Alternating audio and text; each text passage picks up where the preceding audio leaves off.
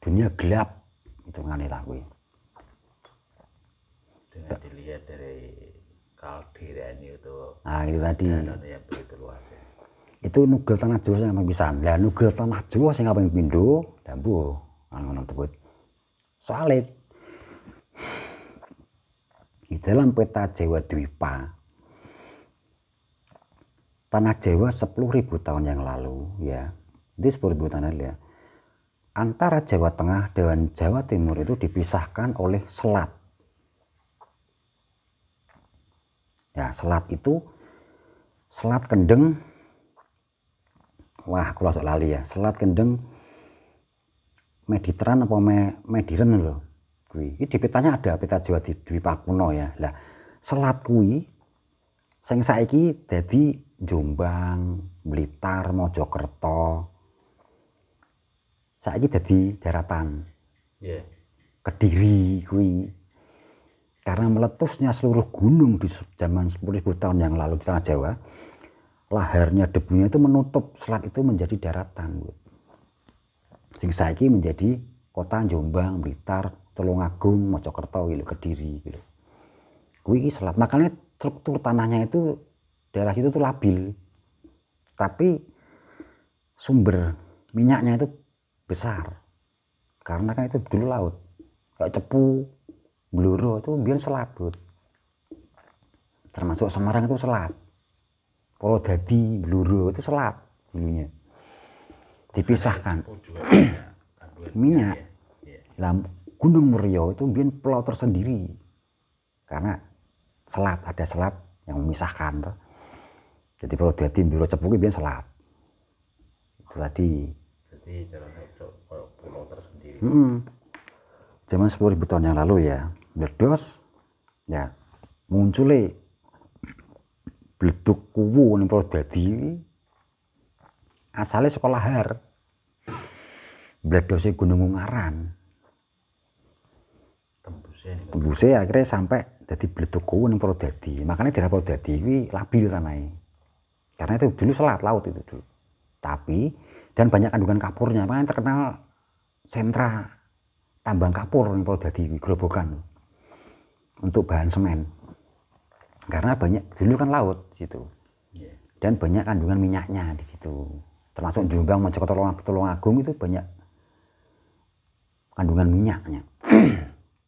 Makanya bahwa juga Ronggo Warsito itu meneruskan Jongko Joyoboyo yang menyebutkan bahwa besok Tulungagung jadi Kedung, gitu. Terus Blitar jadi Latar. Kediri jadi Kali. Itu sebenarnya Jongko Joyoboyo yang diteruskan oleh Ronggo Warsito. Lah kalau ditelisik ulang lagi itu ada benarnya, karena dulu daerah itu adalah selat, Bud, laut yang memisahkan antara Jawa Tengah dengan Jawa Timur dulunya loh. Jadi itu bisa kembalikan ke asal semula. Ya aku nggak tahu ya apakah terjadinya seperti itu, aku juga nggak tahu. Cuman kalau ditarik arah selatan dari Jawa Timur itu kan Blitar atau Sungai Berantas. Yeah. Sungai Berantas nih nganan itu ke selat itu Blitar itu naik ke Kediri, naik ke Jombang, naik lagi ke Mojokerto sampai ke Tulungagung, tembusnya ke pantai utara Jawa. Selatnya itu dulu seperti itu, di peta itu seperti itu. Makanya di situ tuh terkenal dengan banyak kandungan minyak buminya yang asli. Karena dulunya laut. Untuk sekarang mungkin belum terbaca atau belum diteliti. Itu yang saya maksudkan. Cuman permasalahan untuk di tanah Jawa Pemindo aku nggak ngerti di mana, saya nggak tahu ya. Nggak tahu saya. Terus kembali lagi ke tema, Mas. 10 orang tadi berarti disebar untuk Indonesia ya? 10 orang itu ya, di Indonesia. Khusus di Indonesia? Di Indonesia pokoknya Indonesia. Dan di situ tidak bisa untuk disebutkan di mana saja, dan Pulau Jawa itu orang tidak bisa itu. Oh intinya 10 orang sebar di Indonesia. Bisa, aku asal menyebut kibut apakah kuwi wong Jawa kabeh atau aku tidak bisa menyebutkannya. Yang jelas pokoknya Indonesia. Ada batasan-batasan yang tidak bisa saya sampaikan. Saya utarakan di sini. Ada batasan-batasannya.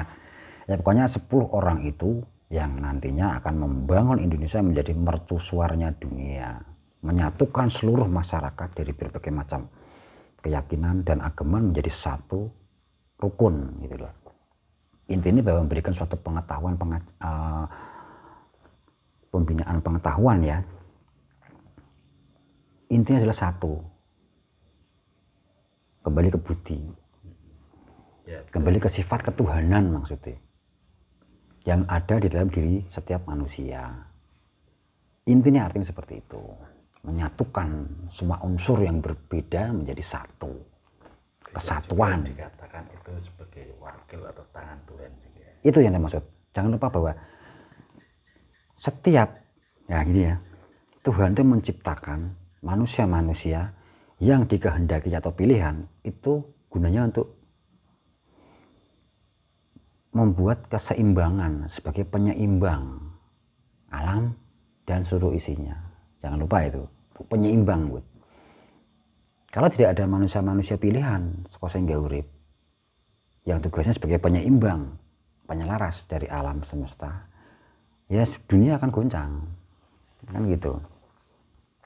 Ada penyeimbangnya.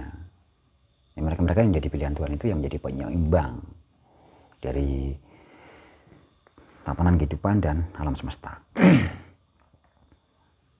Itu seperti itu intinya. Terus ada lagi. Sampun. Jadi mari intinya bahwa kita harus bersatu ya.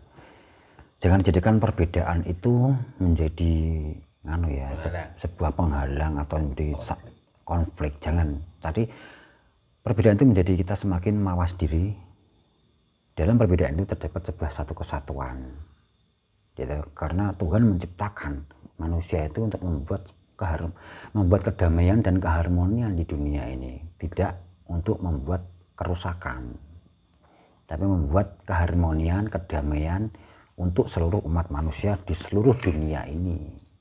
Maksudnya seperti itu. Kata sebuah warna. Kalau semakin banyak warna itu semakin indah. Makin indah. Kita tidak bisa menganggap warna yang beda dari kita itu adalah jelek. Tidak bisa. Kita harus bagaimana kita mempunyai satu persepsi bahwa perbedaan itu adalah hal yang indah, hal yang wajar. Dalam perbedaan itu akan terjadi sebuah kesatuan. Karena kita itu sama manusia, sesama ciptaan Tuhan atau wakil Tuhan di dunia ini, di bumi ini, untuk membuat yang tugasnya intinya itu adalah untuk membuat kedamaian, penyeimbang dan keselarasan, harmoni untuk alam semesta dan seluruh isinya, sehingga menjadi harmoni. Itu maksudnya. Jadi jelas sekarang siapa itu ya sebenarnya yang dimaksud tentang Sabdo Balon dan Noyo Ginggong. Nah itu yang saya garis bawahi.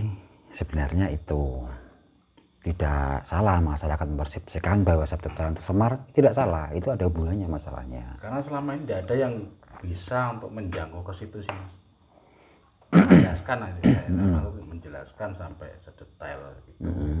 Dan juga mungkin keterbatasan info-info dan sebagainya dan pengetahuan. Karena apa? Bahwa yang namanya Sabdo Balon dan Noyo Ginggong itu tidak mungkin levelnya itu level biasa atau levelnya orang biasa, itu jelas tidak mungkin kan gitu. Jelasnya tidak mungkin. Itu jelas level tinggi kan gitu, level tinggi, level penguasa. Artinya satu level itu level penguasa orang penguasa satu pulau dua pulau, penguasa Nusantara, itu yang saya maksud. Itu tadi. Jadi Jongko Joyoboyo itu sebenarnya sudah banyak terbukti, Bud. Ya. Untuk sekarang ini loh ya sudah banyak terjadi dan terbukti. Nah tinggal kita mau mengakui atau enggak. Ya. Dari ketepatan dari jongkok itu. Enggak asal. Jadi jangan disamakan ngomong itu yang membuat jongkok itu Kajoyoboyo, titisan Broro Wisnu. Jadi ya sama aja itu kan sabda dari titisan dewa kan Betara. Ya kita harus bisa ngugemi tembut. Karena itu sebagai pamamongi masyarakat tanah Jawa. Ya. Masyarakat Jawa itu tidak bisa lepas dari leluhurnya. Karena saya ngayomi leluhurnya. Makanya ojo nganti lang Jawa ini menjadi Jawan, jadi Jawan karena wong Jawa bakal iso lepas. Saka kuwi mau pengayomane dan pengawasan dari leluhurnya. Jadi jangan menganggap wah itu sirik itu ini, aduh jangan, nanti kualat timbul ya. Mengingkari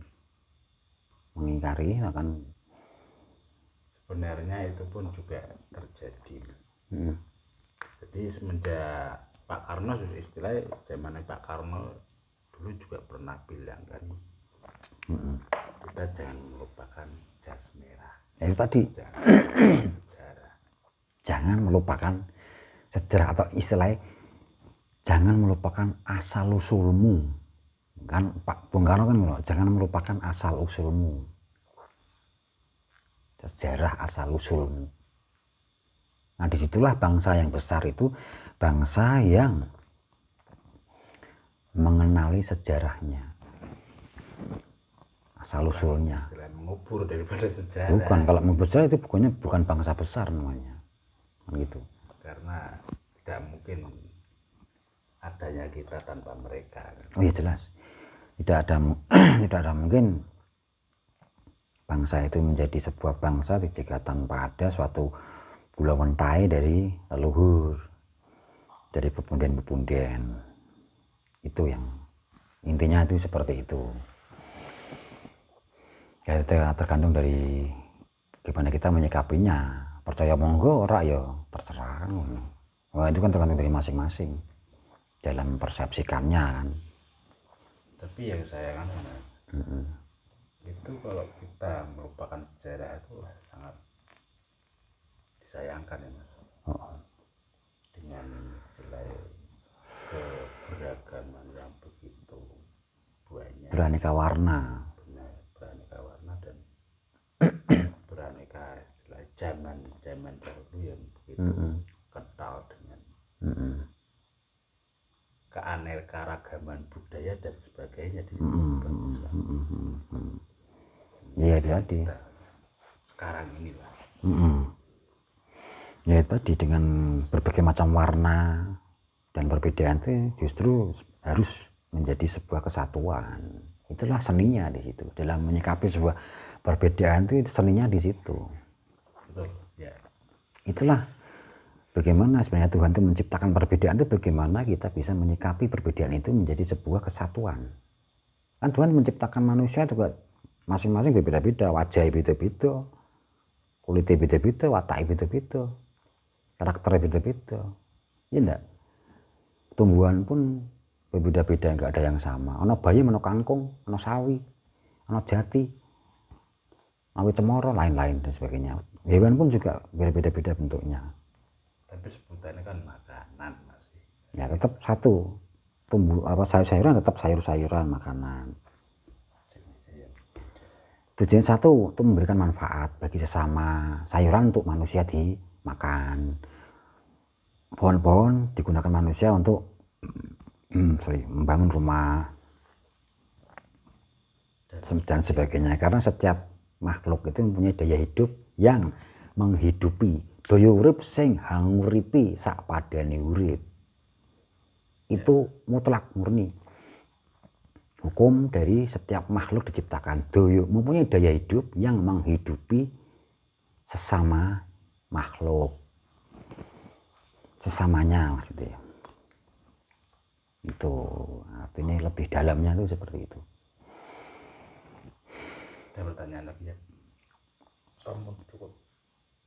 Ya, oke.